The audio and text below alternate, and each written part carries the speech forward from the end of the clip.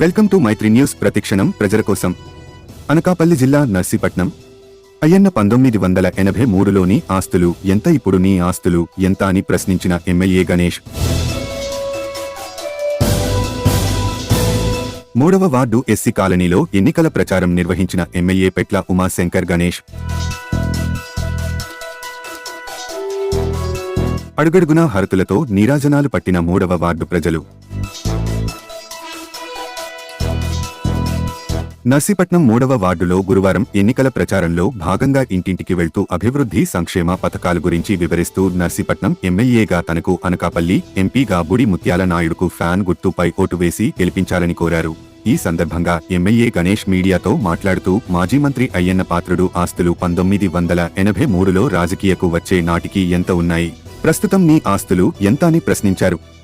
రాజకీయాల్లోకి వచ్చే నాటికి తిరగడానికి జీపును కార్యకర్తలే కొని ఇచ్చారని, ఇప్పుడు నీకున్న ఆస్తికి ఒక్కొక్క కార్యకర్తకు ఒక్కొక్క జీపు కొనిచేటంత ఆస్తి ఎలా సంపాదించారో తెలపాలని ప్రశ్నించారు. టీడీపీ హయాంలో రౌడీయిజం, గూండాయిజం చేసి అధికారాన్ని అడ్డం పెట్టుకుని కోట్ల ఆస్తులను సంపాదించారని విమర్శించారు. రానున్న ఎన్నికల్లో అయ్యన్న పాత్రుడును గెలిపిస్తే కొడుకు విజయ్ నర్సీపట్నంను సర్వనాశనం చేయడం ఖాయమన్నారు. ఈ ప్రచారంలో municipal chairperson Bodapati Subbalakshmi, vice చైర్మన్లు తమరణ అప్పలనాయుడు, కోనేటి రామకృష్ణ, మాజీ చైర్పర్సన్ గుడబండి అది లక్ష్మి, వైసీపీ సీనియర్ నాయకులు చింతకాయల సన్యాసిపాత్రుడు, ప్రముఖ వైద్యులు లక్ష్మీకాంత్, యువ నాయకులు చింతకాయల వరహాల దొర, వార్డు ఇన్ఛార్జీలు మామిడి అరుణ శ్రీనివాస్, కౌన్సిలర్ మాజీ వైస్ చైర్మన్ గొలుసు నరసింహమూర్తి, యాదగిరి శేషు, కణితి అన్నపూర్ణవాసు, కౌన్సిలర్లు వీరమాచినేని జగదీశ్వరి, బేతిరెడ్డి, రత్నం విజయ్, తమరాన శ్రీను, దనిమిరెడ్డి, నాగు ప్రసాద్, రాజేష్, కీలడా లోవరాజు, అరుగోలు రాజబాబు, వైసీపీ నాయకులు, కార్యకర్తలు, వార్డు ప్రజలు పాల్గొన్నారు.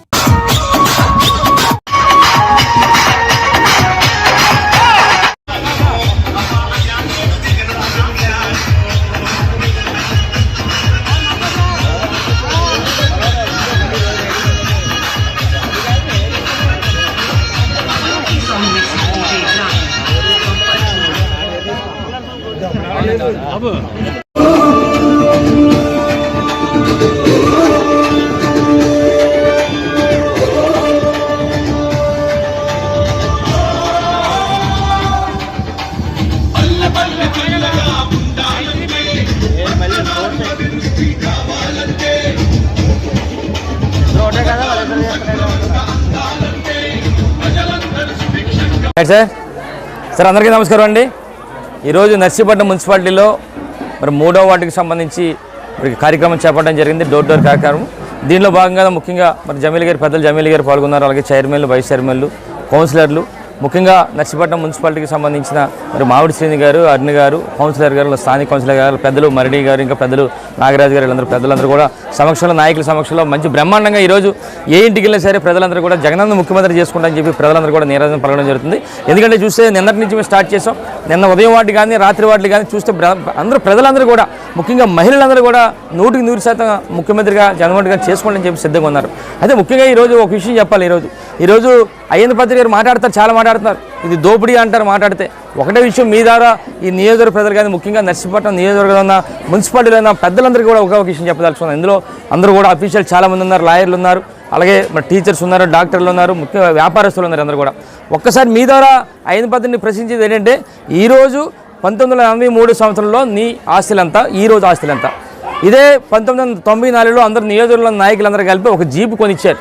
కానీ ఈరోజు నువ్వే అందరికీ జీపులు ఇచ్చే పరిస్థితి, అంటే ప్రతి ఇంటికి కూడా జీప్ ఇచ్చే స్థితికి ఈరోజు వచ్చావంటే దానికి కారణం ఏంటంటే 100 ఎకరాలు బినామీ ఎకరాలు, 100 కోట్ల రూపాయలు సంపాదించాలని చెప్పి మీ ద్వారా తెలిపాల్సిన జరుగుతుంది. ఇంకా చూస్తే ఈరోజు నర్సీపట్నంలో మాకు తెలుసు, తెలుగుదేశం ప్రభుత్వ హయాంలో ఏ విధంగా రౌడీజం తెలుసు, ఏ విధంగా గూండాయిజం తెలుసు, ఏ విధంగా దోచుకున్నదో తెలుసు. దానికి 100 రెట్లు ఎక్కువ అయ్యన్న పాత్రుడు పెద్ద కొడుకు మరి మరుగుజ్జు పాత్రుడు ఉన్నాడు.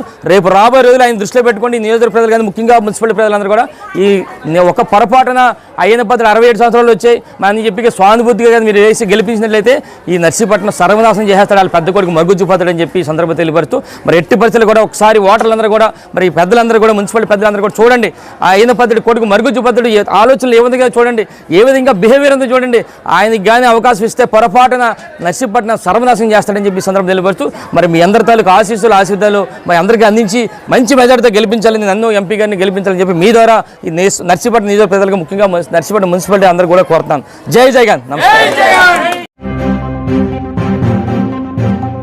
మరిన్ని తాజా వార్తలకు చూస్తూనే ఉండండి మైత్రి న్యూస్.